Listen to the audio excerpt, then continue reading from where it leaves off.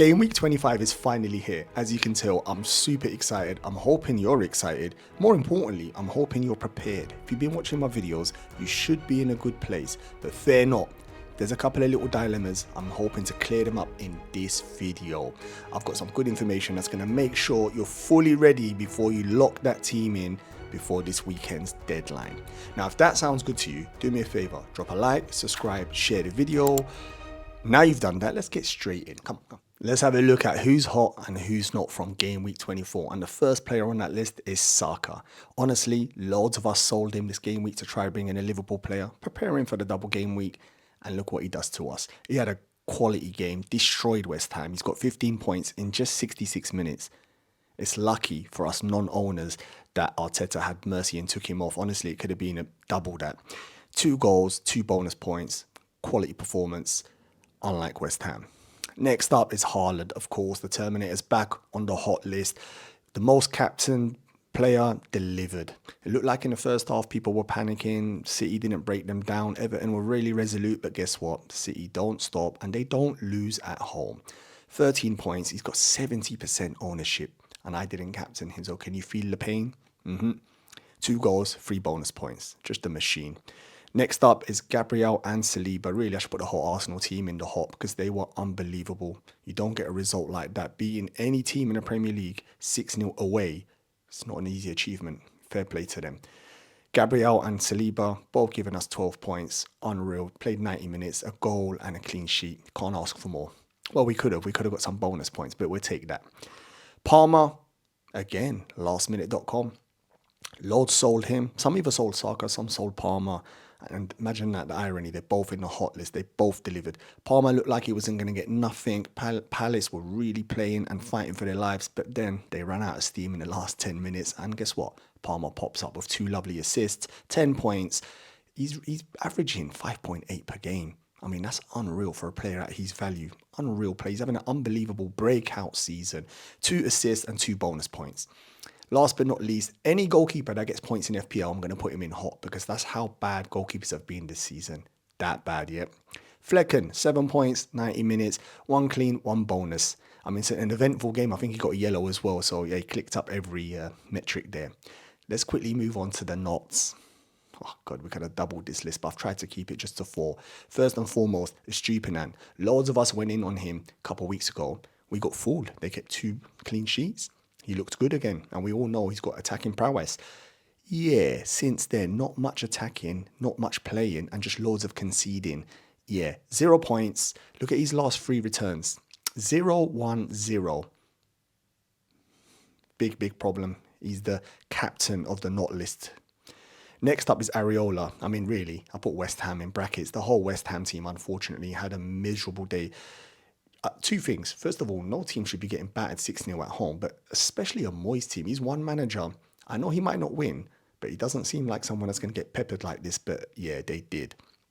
0 pointer, letting 6 goals and got a yellow. I mean, what more do you want from a goalkeeper, eh? I'm lucky I just played the Newcastle keeper to bail me out, but yeah, poor. He's second up in the not list. Third up is Burn. Now, he's not much ownership, only 5%. But for you 5% owners who are relying on him, have you seen the way he's playing recently? It seems like to me, remember last season when everyone targeted Trent because they saw a big weakness and, Klopp had to try and repair it with this inverted to try and bring some stability back. It looks like everyone's doing that to Newcastle, so I'm not sure what they're going to do with Burn. The logical solution is to bench him and play Livramento, but who knows? Nightmare. 1 point. He's having a nightmare. That was the comment I actually put in there. Last but not least is our old favourite. We don't buy him for clean sheets. It's for attacking returns. Well, he's not really attacking, is he, at the moment? Porro, 2-pointer, played 90 minutes, but look at his last 3 returns. 2, 1, 1. Defence this season in FPL, I'm not sure if it's worth investing anything over than 4.5 million. Next up is the key questions. So these are the questions I've been receiving via Twitter and in comments on YouTube. And I think these are I picked out the ones that keep reoccurring. So let's run through them. First and foremost, should I use my triple captain? Well, guess what? In FPL, there's not one fixed strategy, but I will say this is one of the best game weeks for a triple captain. Why is that? Well, you've got the 2 best attacking teams. So you've got a choice of Liverpool and Man City who are both doubling. Both have lovely fixtures as well. Both have the best attacking players in the Premier League. So it's a no-brainer in some ways. I mean, the logical one's going to be Haaland, but of course there are alternatives and you can go against that if you like. Depends on your risk appetite. But that's the reason you're going to see a lot of triple captains use this game week. There will be other double game weeks. For example, we've got one coming up in game week 28. If you fancy Solanke, he's got two lovely fixtures, Luton and Sheffield United. But this game week, can you imagine a Haaland with two home games, the way City are playing? You can see why. Next question. What should I do if Salah is fit? Well, guess what? I just saw training pictures. He's joined team training. That's going to get everyone a little bit nervous. Everyone spent that Salah money. I mean, a few of you might have kept him. Well, here's what you should do is don't panic and make a decision. If you really, really want him, of course, you can make it happen, whether it's a -4 or not. Me personally, I think if he's just joined team training and Liverpool have a double game week, he might play, say, 20 minutes in the first game, and in the second game, maybe 60 minutes, and hopefully he's ready for the Chelsea final. I don't see him for that price. For example, when I put him up against KDB, I don't think he matches that, mainly because of the minutes. Otherwise, Salah is a no-brainer. So that's my take on the Salah question. But of course, you go with your gut feeling. If you think before the deadline that Klopp in the press conference says, nope, he's ready to start, and you want him in your team, you make it happen. Third, do I need to have a certain number of doublers in your team? No, you don't. There's no point. It's all about the quality sometimes over the quantity. For example, if you've got 3 Luton defenders, I mean, they might get battered both games. Yes, they double, but you might have one defender, say Trippier, who plays one game, can outscore them. And it does happen quite a lot in FPL. It's a regular occurrence, this. I would say attack the quality ones. So the City attackers, the Liverpool attackers. And if you have any free transfers left or you want to do a hit, you possibly could bring one in. But for me, the quantity is pointless. It's about the quality of the players you have in.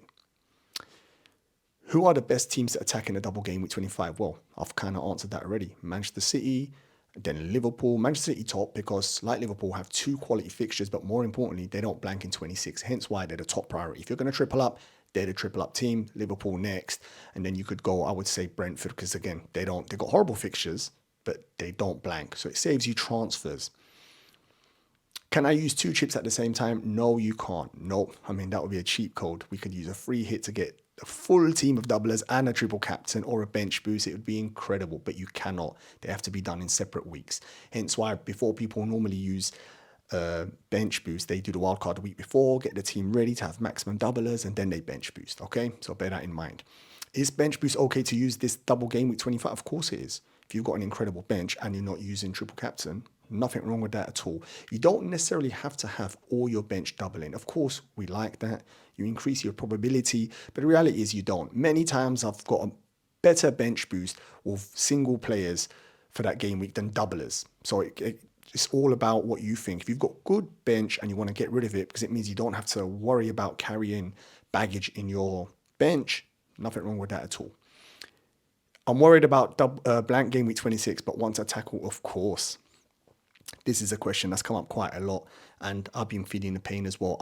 If I had my choice, I'd have the whole team doubling, but it can't be done. You've got to calculate the amount of hits to get the doublers in, and then calculate the amount of hits to take them out to field hopefully a team of 11 in the blank game week 26. Sometimes they don't add up. Hence why in my head, I've consciously put in where I think the maximum points are with the minimum hits and minimum moves needed to get me a team playing in 26. So that's my take on that. Hope that's answered all your questions. If you do have any other questions that weren't on this list, put them in the comments. I'll answer them. Next up, let's have a look at the midweek fixtures. Now, this week's a pretty straightforward one. The only team we should be concerned about is Manchester City playing the Champions League versus Copenhagen. Now, the first leg is important in this because the second leg, I think, is sandwiched between 2 important Premier League games. So you can see Pep playing a full power team, trying to get something here, which takes the pressure off the second game. Which means before any moves we make, we need to make sure we watch this game because a lot of us have tripled up or planning to triple up. But can you imagine, say, an injury to KDB?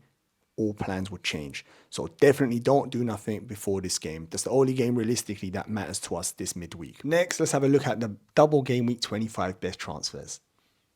Now, instead of me running through everything I've already done in the previous video, I'm going to link in my description this video here. It was a double game week 25 special. It's got everything, honestly, everything you need. Before you do your transfers, I'd honestly recommend watching that. It's got the best triple up from Liverpool, from City, the best from the rest, which is Luton and Brentford players. So it's a good video. It's got everything you need in there. So I'm going to put that in the description, or you can just find it in my YouTube channel. Next, let's have a look at the actual double game week 25 transfers. I'm only going to quickly flick through a couple of them and highlight where I think the big gains are. Now, the obvious ones are the double game week. So we got City versus Chelsea and we got City versus Brentford. We know that. Same with Liverpool. Liverpool versus Brentford and Liverpool versus Luton. So unbelievable fixtures, hence why we're targeting these players, okay? But I want to flick through a couple of highlight some of the best single fixtures. So we've got Sheffield United versus Brighton. Not much interest in it for us. I mean, some of us have a stupid and stuff, but yeah, he's not been performing.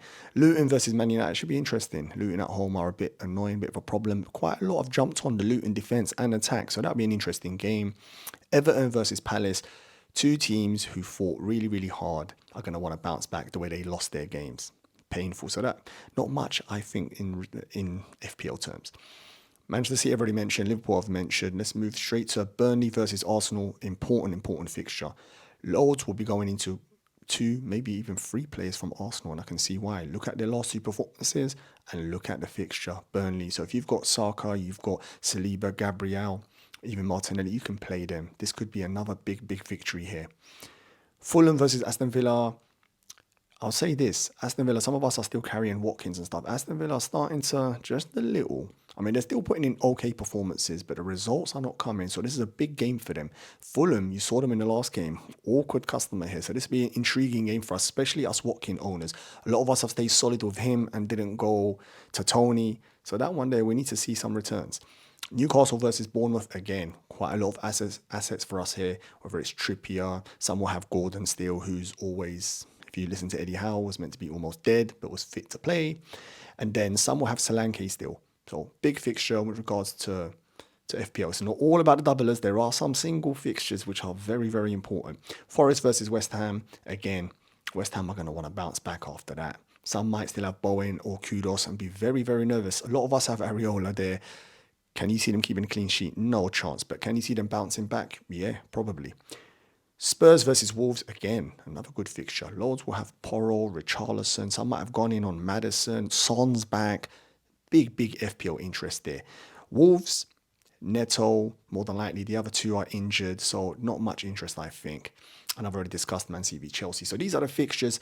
Again, don't neglect the single game weeks. We know we all want doublers, but there are some good fixtures. And I'll tell you now, there's going to be a lot of FPL managers really upset they benched their single game week player for a doubler, and the single game week one's going to outdo them. It just happens. But of course, we're going to target the double game weekers.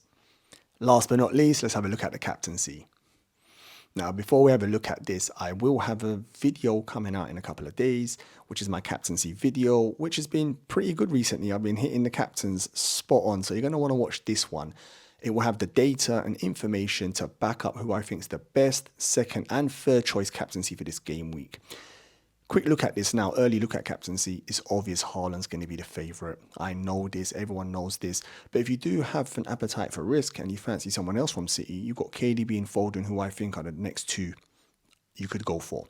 From Liverpool, it would normally be Salah. And if Klopp gives us on Friday a press conference that Salah's starting and he's going to play 90 on both, he would be there. Simple as that. He would be competing with Haaland. But more than likely, it's going to be Jota and Nunes. I think Trent, we're not sure of his injuries. I've put him in there just in case because he's an outside chance. And I do know a lot of managers like to go differential and captain him because he's one of the few defenders you could actually captain. So that's the early look at captaincy. But look out for the video with much more detail of who I think, if you're going to be triple captaining, first, second and third. I hope you enjoyed that video. More importantly, found it useful. Get in the comments and let me know if you're fully locked in, no panic at all, or if you do have any questions or last minute dilemmas, get in the comments. I'll reply back to them before the deadline. Now, before you jump off to your next video, yeah, I see you lining it up. Do me a favor, like, subscribe, and share the video with anyone else you think might enjoy this content. Last thing for me to say is to wish you good luck, and I'll see you on my next video.